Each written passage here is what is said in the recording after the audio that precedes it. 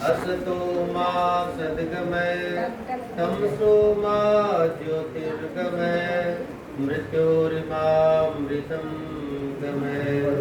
ओम असत से दूर भगवन सत्य का वरदान दो, दूर कर दुख मेरे भगवन शुभ्र ज्योति विहान दो। मृत्यु बंधन को हटा मृत्यु हे भगवान दो, प्रकृति पापों से छुड़ा आनंद मधु का पान।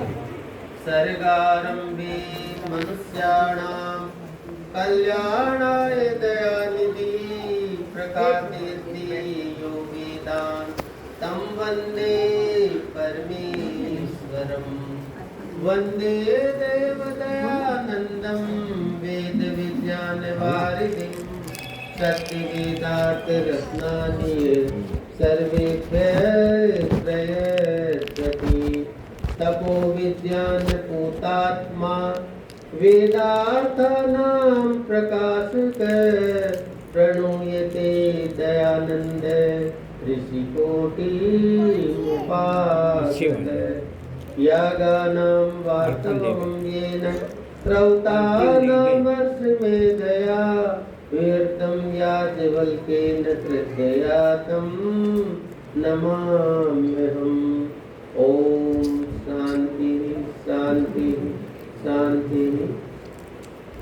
वंदनीय मातृशक्ति आर्य समाज मानसरोवर के यशस्वी प्रधान जी, मंत्री जी, कोषाध्यक्ष महोदय, उपस्थित मेरे अत्यंत प्रिय सृष्टि स्रोत का नौजवान साथियों, प्यारे बच्चे, परम पिता परमात्मा की महती अनुकंपा, ये सत्संग के क्षण हमें आपने सुलभ कराए हैं।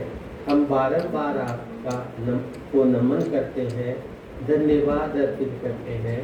हे प्रभु, ऐसे क्षण हमें सदैव प्राप्त होते रहें, ऐसी हमारे ऊपर कृपा की। सत्संग वह साधन है जो सत्य के नजदीक ले जाता है। इसके अलावा दूसरा कोई साधन नहीं जो हमारे को सत्य के नजदीक ले जाए। और सत्संग में सत्य का होना प्राथमिक है।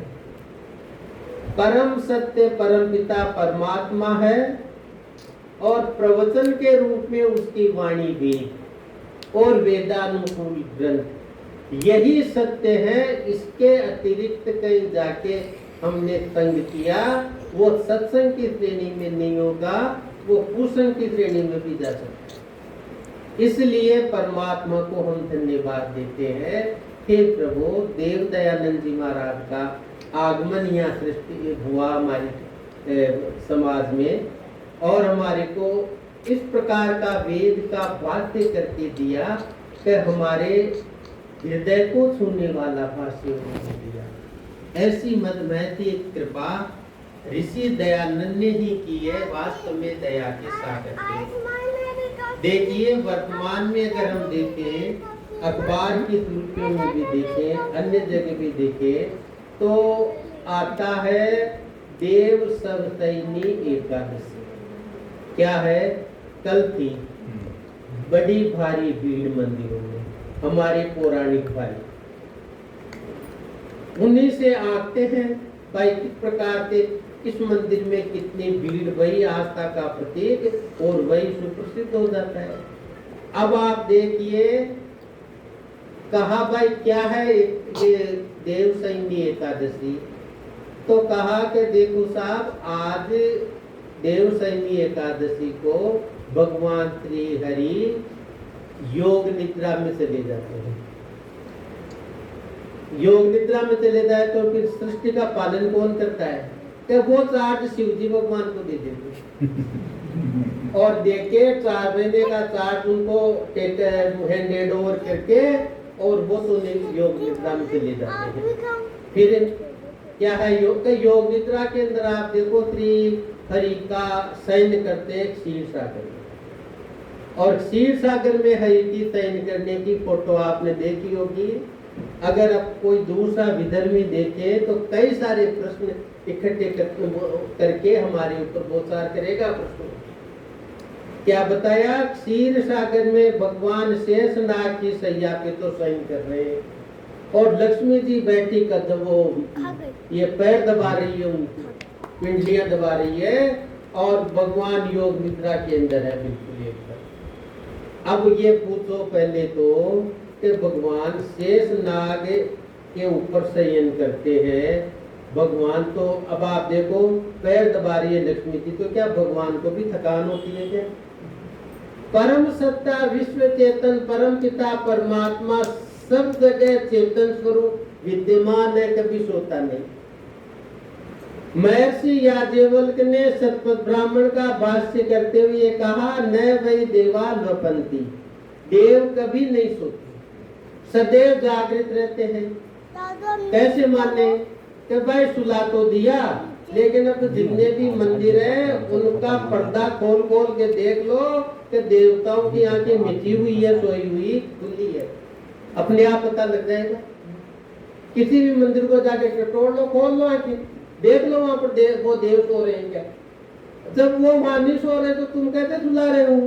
और वहां पर तो आगे वो जगन्नाथ है, सबके स्वामी जगन्नाथ स्वामी, उनकी तो आंखों पे पलके ही नहीं और आंखें भी ऐसी है बड़ी बड़ी, 2-3 पार्ट तो मुंह का आंखों से ही है उनका, और उनको चकडोल कहते हैं। जगन्नाथ ये है चक्का में, आपके बिना हमें कौन संभाले, इस प्रकार के बदल जाते हैं। तो फिर वो ऐसे एक तरफ तो कहते हो कि भगवान की आंखें सदैव खुली रहती है और एक तरफ कहते हो कि नींद में चले गए वो। सारे जितने भी शुभ काम है सब अभी नहीं होंगे 4 महीने तक, इस प्रकार का ये चिंतन देते हैं। लेकिन देखो इस चिंतन के अंतर्गत जो अंदर की बात अपने को समझने की है वो ये है, परम पिता परमात्मा परम देव कभी नहीं सोता। उसने वो प्राण स्वरूप है, उसने प्राण हमारे शरीर में जीवित प्राणियों के जो भी पेड़ पौधे हैं और हमारे दूसरी योनि में जितने भी जीव जंतु हैं, हम सारों के अंदर जो प्राण शक्ति निरंतर 24 घंटे काम करती है। हम सो जाते हैं लेकिन प्राण कभी नहीं सोता। अगर प्राण सो जाएगा तो हमारा अस्तित्व खत्म हो जाएगा। तो वो प्राण किसका प्रतिनिधि है? वो परमपिता परमात्मा का की देन है। हालांकि है प्राण होते थे, जड़ है वो, चेतन नहीं है। चेतन तो आत्मा की सत्ता से ही है वो, और परमात्मा की कृपा से चेतन है, हमारे शरीर में लगातार चल रहा है और हमारी रक्षा कर रहा है।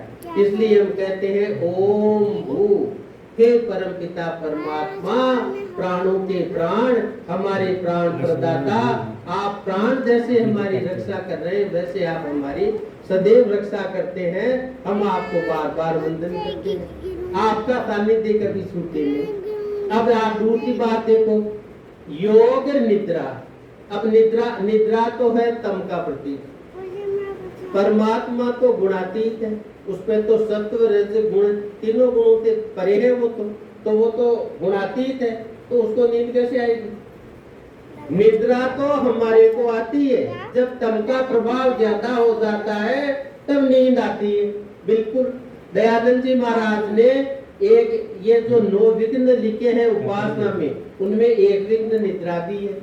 लेकिन निद्रा का होना भी जरूरी है, क्योंकि हम जो सांसारिक प्राणी है, अल्प शक्तिमान है, हमारी शक्तियां क्षीण हो जाती है।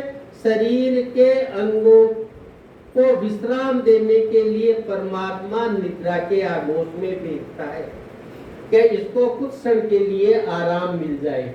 आराम मिल जाने से हमारे शरीर की जो एंडोक्राइन ग्लैंड है, अंतःस्रावी ग्रंथियां, उनका सीक्रेशन श्रवण बहुत अच्छी तरह से होता है, और जब हम उठते हैं तो हमें ऐसा लगता है हमारी थकान गायब हो गई। किसकी कृपा? परमपिता परमात्मा की कृपा है, इसलिए निद्रा है। लेकिन योग के अंदर तो निद्रा को भी बाधा माना है। योग के अंदर तो निद्रा को इतना सा ही माना है भाई, शरीर की स्वस्थता के लिए निद्रा जरूरी है, अपेक्षित निद्रा ले, और निद्रा जैसे ही त्यागे तुरंत परमात्मा से अपना संबंध स्थापित कर ले, ये है योग। अब फिर कहते हैं योग क्या है? योग के अंतर्गत अगर अपन देखें तो योग के अंदर परिभाषा आती है पतंजलि जी महाराज ने परिभाषा की, योगस्य चित्त वृत्ति निरोध है। योग क्या है? चित्त की वृत्तियों को निरोध करना, रोकना है। तो अब योग को समझे, उसके पहले तो चित्त को समझना जरूरी हो गया। चित्त समझ में आएगा जब योग समझ में आएगा, चित्त समझ में नहीं आएगा तो फिर योग को कैसे करेंगे हम? तो चित्त के लिए कहा कि हमारे अंतःकरण के अंतर्गत है ये चार करण। परमात्मा की कृपा हुई हमारे को, जब ये शरीर का संगठन किया, सृष्टि का निर्माण किया, तो प्रकृति के जो अनादि कारण है सत्व रजत तम गुण, उनसे मैथ बना, मैथ से अहंकार बना, अहंकार से फिर आगे 11 तो इंद्रियां बनी, और 11 इंद्रियां बनने के बाद के अंतर्गत ये हमारे 11 इंद्रियों में 5 ज्ञानेंद्रियां, 5 कर्मेंद्रियां, मन, और उसके बाद के अंतर्गत 5 तन्मात्राएं बनी, और फिर 5 तन्मात्राओं से 5 भूत बन गए, जिनको अपन कहते हैं पंचभूत। पृथ्वी, आकाश, जल, वायु, अग्नि, ये पंचभूत बने, और पंचभूतों से सारी सृष्टि का निर्माण हुआ। ये प्रक्रिया बताई। तो इसके अंतर्गत आ गया ये जो मन का आया, मन उसके अंतर्गत है, मन की उत्पत्ति इसके अंतर्गत आई है। वो किस में आई है? ज्ञानेंद्रिय कर्मेंद्रियों के साथ में 11 इंद्रियों के अंतर्गत। तो ज्ञानेंद्रियां हो गई, कर्मेंद्रियां हो गई, मन को कहते हैं अतीन्द्रिय, और मन इन सब का सुपरबॉस मानो। बिना मन की सहायता से न तो ज्ञानेंद्रिय काम करे, न कर्मेंद्रिय काम करे। मन का सहयोग अत्यधिक आवश्यक है, और मन के समीप है बुद्धि। अगर बुद्धि पूर्वक मन चले जब तो आनंद है, और बुद्धि के अंदर खोट आ जाए तो फिर मन सही ढंग से कार्य कर नहीं पाता, और मन के सही ढंग से कार्य नहीं करने से ज्ञानेंद्रियां और कर्मेंद्रियां भी हम उनका जो यथेष्ट कार्य है उसको उस रूप में नहीं कर पाती। हालांकि सारा कार्य आत्मा की इच्छा से होता है। ये सारी जड़ है, मन बुद्धि सारे, केवल चेतन तो जीवात्मा ही है।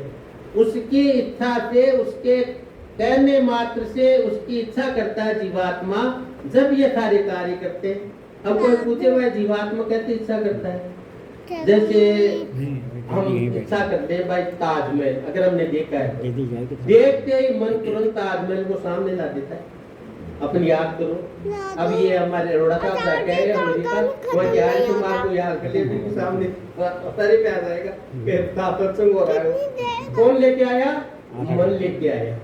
इतनी शक्ति है मन के अंदर। आत्मा की इच्छा जो होती है उसके अनुकूल प्रयत्न करके आत्मा को इच्छित जो है उसका लाभ उसको दे देता है। ये मन की विशेषता है। तो उसमें योग क्या है? मन, अतः मन और चित्त दोनों एक ही है, कंफ्यूज नहीं करें आप। वैशेषिक दर्शन में तो कहा मन, और योग दर्शन में कह दिया चित्त, दोनों एक ही बात है। और वैसे अगर कार्य के दृष्टिकोण से देखें तो मन क्या करता है? संकल्प विकल्प करता है, और चित्त क्या है? भूतकाल की बात को वर्तमान में ला देता है, स्मृति उत्पन्न करता है। मन भी ये, मन भविष्य काल की बात को वर्तमान में ला देता है। हम कोई सोचते विचारते हैं, कौन मन के द्वारा तो करेंगे तारा चिंतन। तो मन भविष्य की बात जो सोची उसको वर्तमान में बता देता है, ऐसे होगा, ऐसे होगा, ऐसे होगा। और चित्त की जो स्थिति है, मन चित्त एक ही, अलग अलग नाम है इनके, वो पुरानी बात को हमारे सामने समझ ला देता है। तो सारी जो ये वृत्ति है मन के, ये हमारे विचार है मन के चित्त के, ये सारे के सारे इसके अधीन है। और मन के अंदर भी सत्व रज तम 3 गुण विद्यमान है। क्यों है? प्रकृति का बना हुआ, जिसका बना हुआ होगा वही गुण रहेंगे उसमें भी। तो अब उसकी वृत्तियां क्या है? वृत्तियां कहते हैं विचारों को। विचारों को क्या? विचार का अर्थ क्या है? हम जो भी विचार करते हैं उसको वृत्ति कहते हैं। तो मन की वृत्तियां 2 प्रकार की होती है। कहते हैं एक तो होती है बाह्य वृत्ति, एक होती है आंतरिक। बाह्य वृत्ति के अंदर क्या है? मन, हमारे मन की दौड़ बाहर रहती है, हमारी जो ज्ञानेंद्रियां है, चक्षु इंद्रिया दृश्य देखेगी, दृश्य का। श्रवण इंद्रिया श्रवण करेगी, शब्द का। त्वचा इंद्रिय स्पर्श का अनुभव करेगी। ये जो इंद्रियां पांचों है, इसी प्रकार से हमारी वृत्तियां बाहर की तरफ रहती है। उन वृत्तियों को बाहर से हटा के अंतर्मुखी कर देना, इसको कहते हैं चित्त की वृत्तियों को रोकना। और अंदर कर देते हैं तो कैसी वृत्ति चलेगी? अंदर की तरफ चलेंगे तो उसकी वृत्तियां इस प्रकार से होगी, बाहर की गति जैसी होगी, दृश्य देखा तो अंदर ये चिंतन बैठेगा कि ये दृश्य दिखाया किसने, दिखाया किसके कारण दिखाया ये दृश्य। इसमें लागू हुई तीन बातें। एक तो जो दृश्य हम बाहर देख रहे हैं वो, दूसरा दर्शन इंद्रिय, आंख के अंदर जो दृक इंद्रिय है वो दूसरा, तीसरा इसमें सम्मिलित हुआ मन। फिर आत्मा के ऊपर वो बात आती है कि मन होगा तो देखेंगे, और देखी हुई बात को मन ही ले जाके आत्मा को बताएगा। इस प्रकार से आंतरिक वृत्ति होगी, और आंतरिक वृत्ति में इस प्रकार से हो कि भाई अंदर से हमारे किस प्रकार से हम करें कि हमारे को अंदर की बात का मालूम चले, ज्ञात हो अंदर की बात। अंदर की बात ज्ञात होने के लिए कहा ध्यान करो। ध्यान कर सिमृत सुरत ले जाए के, मुख से कुछ न बोल, बाहर के पट दे के अंदर के पट खोल। ये है अंतर्मुखी करना। बाहर की तरफ जो दृश्य जाता है, हमारा ध्यान जाता है, उस ध्यान को बाहर से हटा के अंदर की तरफ ले जाना है, और अंदर की तरफ ले जाके हमारे को देखना है हमारा खुद का अनुभव और परमपिता परमात्मा का आनंद कैसा है, उसका अनुभव। दो अनुभव कर लिए तो मन के ये जो वृत्ति है इसके दो भाग हो गए, एक तो संप्रज्ञात, एक असंप्रज्ञात। संप्रज्ञात तो अपना अनुभव होता है, असंप्रज्ञात के अंदर परमात्मा का अनुभव होता है, जिसको हम समाधि अवस्था कहते हैं, निरुद्ध अवस्था, उसके अंतर्गत अवस्था के रूप से देखे तो। और संप्रज्ञात में होती है एकाग्र। एकाग्र स्थिति आ जाती है, उसके अंदर जीवात्मा अपने पूरे शरीर की इंद्रियों का मालिक बन जाता है। वो जो भी चाहे वो कार्य कर सकता है। अगर विद्यार्थी एकाग्रचित्ता धारण कर लेगा तो कोई ऐसा टॉपिक नहीं जो उसके समझ में नहीं आए। और एकाग्रता की अगर अधिक स्थिति बन गई तो उसमें मेधा शक्ति जागृत हो जाएगी, उस बात को भूलेगा नहीं। मेधावी किसको कहते हैं? सुनी हुई, देखी हुई जो बात हमारी है, पढ़ी हुई, उसको जब भी हम चाहे बिल्कुल उसी रूप में समक्ष रख दे, उस बुद्धि का नाम मेधा है। इसलिए कहते हैं कि बड़े मेधावी है ये। मेधावी का अर्थ है ऐसे ऐसे मेधावी हुए हैं हमारे यहाँ पर, तो एक बार कोई बोल ले तो उसको धारण कर लेते हैं, और चाहे कभी भी पूछो तुरंत उस बात को बता देते हैं। ये मेधा शक्ति है। हम कहते हैं ना, याम मेधाम देव गणा पितरस्तो पाते। क्या है वो मेधा? ये है वो मेधा। सबसे ज्यादा अगर विद्यार्थियों को या अपने को जो रहता है वो ही रहता है, साहब हम सुन तो लेते हैं लेकिन वो सुना हुआ गायब हो जाता है। जैसे कपूर की खुशबू गायब हो जाती है ना, वैसे मस्तिष्क में से वो भी गायब हो जाता है। पता नहीं, हाँ सुना तो था, जैसे खुशबू आई तो थी कपूर की, लेकिन उसका पता नहीं रहता। इसी प्रकार से हमारे को भी पता नहीं रहता। सुना था, बहुत अच्छा था जी, बहुत अच्छी तरह से स्पष्ट करके समझाया था, समझ में भी आ गया था, लेकिन अब क्या करें, वो तो गायब हो गया। तो उसके लिए का पुनरावृत्ति करो, बार बार पुनरावृत्ति करेंगे तो वो बात चित्त में ठहर जाएगी, उसका संस्कार जमा हो जाएगा, और संस्कार जमा होने से उस संस्कार की स्मृति आ जाएगी हमारी। इस प्रकार की गति इसके अंतर्गत समझाई हुई है।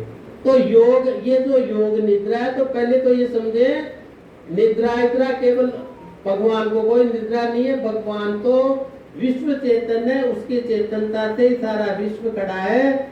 भगवान गुणातीत है, निद्रा तम प्रदान है, मनुष्यों को आती है। हाँ, मनुष्यों में जो देववृत्ति के जन है उनको हम कह सकते हैं कि भाई ये योग निद्रा का आनंद लेते हैं। योग निद्रा का कहते हैं, योग निद्रा लेने पे वो सुसुप्ति रहती अवस्था फील करते हैं। उठते जब कहते हैं कि आनंद आया हमारे, और साधारण मनुष्य उठता सपनों की नींद से, उसको इतना मजा नहीं आता। ये अर्थ हो जाता है इसका।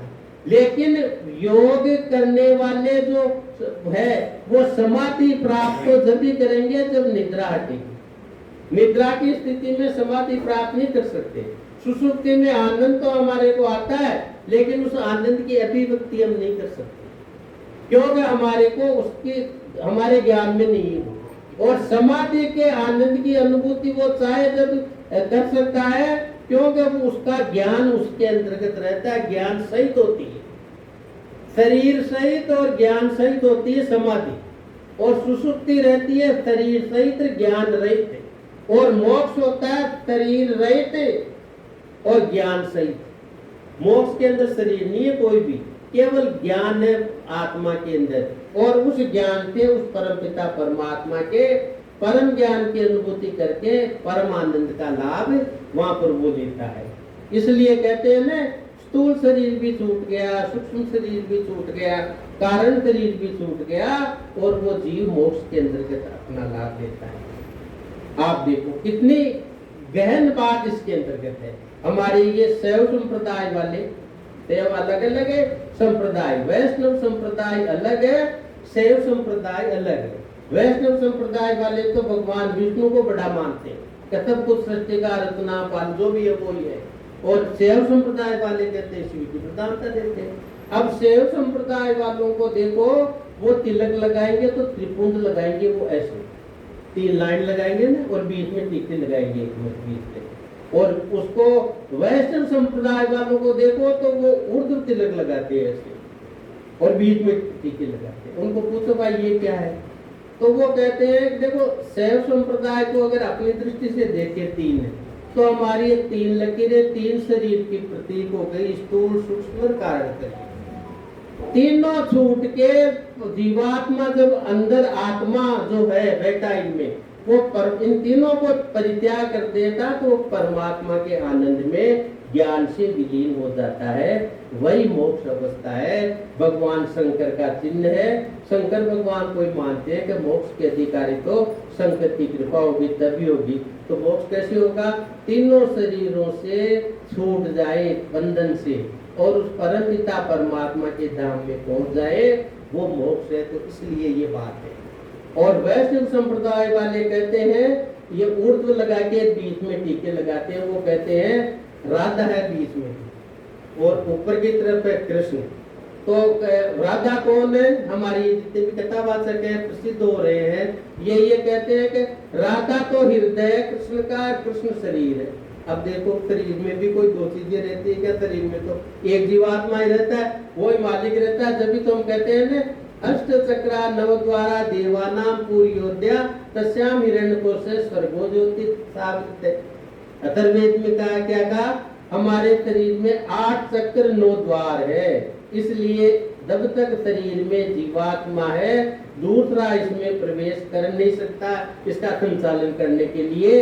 इसलिए इस नगरी का नाम अयोध्या है। जिसको जीत नहीं सके दूसरा, उसके रहते संचालन वो जीवात्मा करता है, जिसके परमात्मा की व्यवस्था से जिसके लिए शरीर का निर्माण होता है। और परमात्मा अलग अलग जीवात्माओं के कर्म पर देने के लिए अलग अलग शरीरों का निर्माण करता है। किसी को पशु की योनि में भेजता है, किसी को पक्षी के शरीर में भेजता है। इस प्रकार से अलग अलग शरीर में भेजता है। मानव शरीर में भी भेजेगा तो अलग अलग स्थान में भेजेगा। जहाँ पर उसके पुण्य होंगे, उनका अधिक लाभ होना है, तो वो बहुत अच्छी जगह भेजेगा। पढ़े लिखे विद्वान माता पिता के धनवान घर में भेज के आनंद का उपभोग करेगा। अब वर्तमान में जो ये उपभोग कर रहे हैं ना, ये पुण्यों का ही है। अपने किए हुए पुण्यों का ही उपभोग करते हैं। व्यवस्था परमात्मा की है। तो इसमें परमात्मा ने क्या बता रखा? भाई देखो, इसमें किसी को विषाद नहीं करना है कि इसको अमुक को वो सुविधा ज्यादा है, मुझे कम है। उसके लिए तो एक ही कहा वेद के अंदर, पूर्वन्य देह कर्माणी जिजी विशेषतम समा। अरे जीव जब तक जीने की इच्छा, जब तक कर्म करता रहे, एक क्षण भी कर्म से परे नहीं होना। और ये मत पालना गलतफहमी के उसको तो ज्यादा मिल गया, मेरे को कम मिल गया। परमात्मा पूर्ण न्यायकारी है, रति रति का कर्म फल का फल देखकर और वो न्याय करके हमारे को सुविधाएं दी है। इसलिए इसका नहीं करना। जब तक पुण्यों का प्रताप है, जब तक रहते हैं, जब पुण्यों का प्रताप खत्म हो जाता है तो एक क्षण लगता है। वो केंद्रीय शिक्षा मंत्री कल तक तो साइन करते थे, शिक्षा मंत्री भारत सरकार आज पूर्ण। अलग अलग स्थितियां किसके साथ कुछ भी हो सकता है। इसलिए कहा इनको देख के इतराओ भी मत, इनको देख के विषाद में भी मत पड़ो। इसके लिए कहा विवेक से काम में लो। और विवेक के लिए देखो संतों ने सबसे बढ़िया बात बताई, विवेक कैसे धारण करे। राग और द्वेष से हम छूट जाएंगे, लेकिन राग द्वेष से छूटना कहना आसान है, छूटना बहुत मुश्किल है। राग द्वेष से हर एक कोई नहीं छूट सकता। जिसमें वास्तव में विवेक उत्पन्न हो गया वो ही छूट सकता है राग द्वेष से। राग से तो कैसे छूटे और द्वेष से कैसे छूटे। तो जब द्वेष वाली स्थिति आती है तब तो ये समझो वैराग्य लो उससे। कैसे द्वेष नहीं करे, वैराग्य ले इससे। कई संसार के अंदर इस प्रकार के कई लोग हैं जो इस प्रकार से हमारे को प्रताड़ित कर सकते हैं, हमारे को दुखी कर सकते हैं। तो ये क्षणिक है। सुख आया वो भी थोड़ी देर के लिए आया, दुख आया वो भी थोड़ी देर के लिए आया। इसलिए इसे विरक्ति करो, वैराग करो। वो तो उस राग देश से छूटने का इलाज है। और राग से छूटने का इलाज ये है, खुशी हो गए, मालाएं पहन ली, जय जयकार हो गई, चारों तरफ से लोग नारे लगा रहे हैं। बहुत ज्यादा उनको वो अभिमान हो जाता है कि पता नहीं किस स्थिति में आ गया। लेकिन उस समय विवेक से काम लो भाई, ये स्थिति भी स्थिर नहीं है। आज तो ये है स्थिति, जिसके बाद में दूसरी स्थिति आ जाएगी वापस, वो भी आ सकती है। इसलिए इस स्थिति के ऊपर तो गुमान मत करो, उस स्थिति के ऊपर पश्चाताप मत करो। इसको कहते हैं।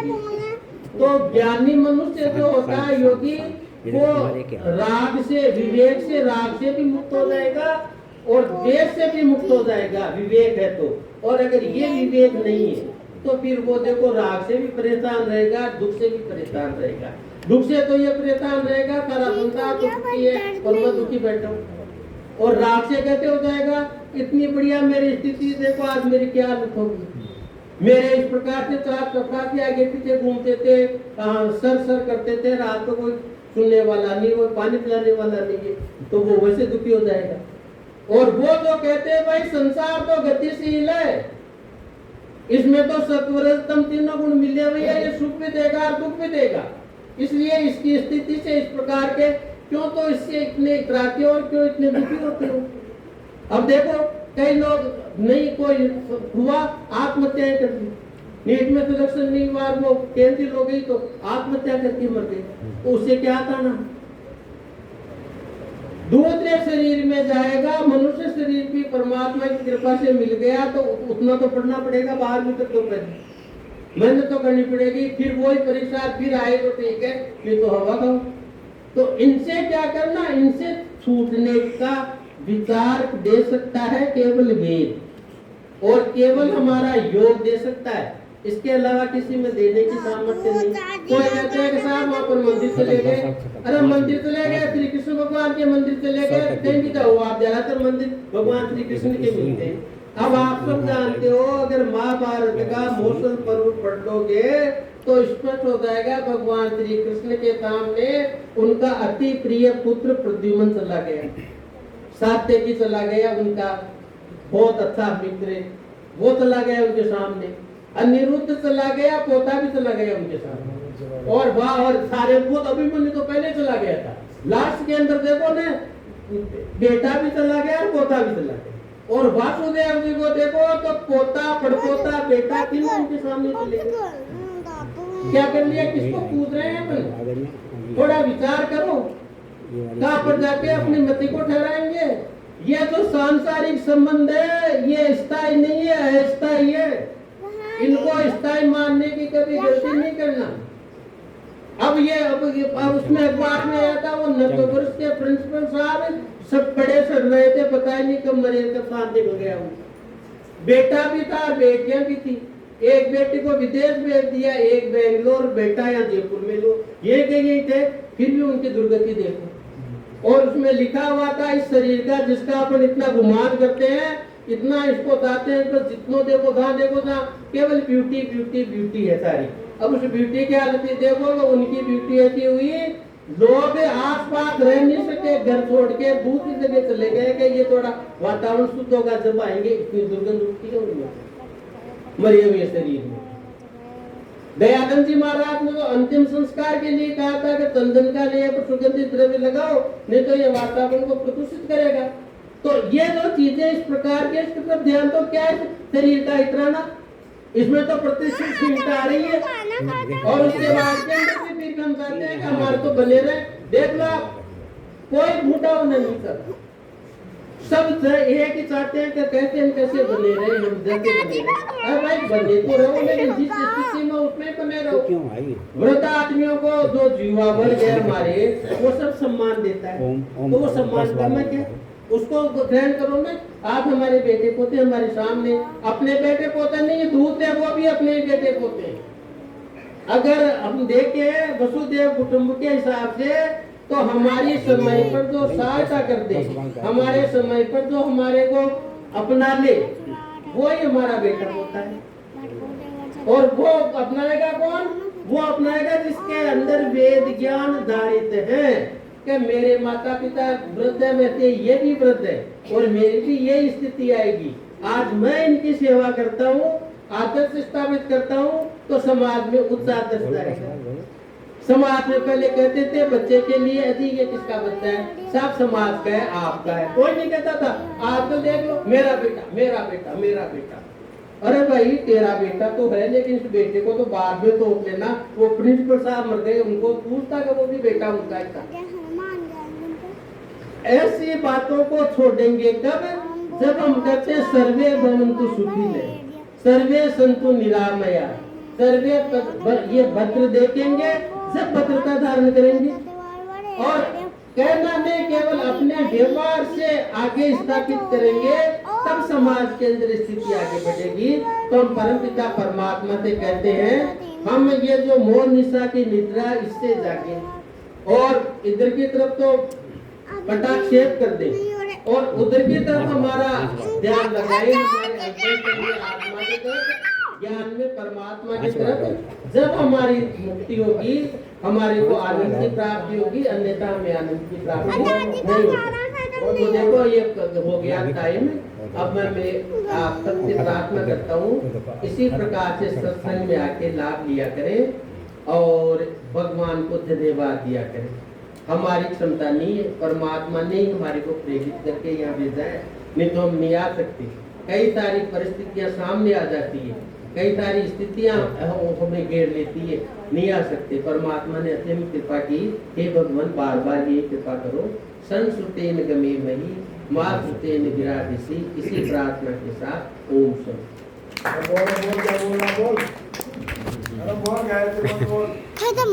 खत्म हो गया।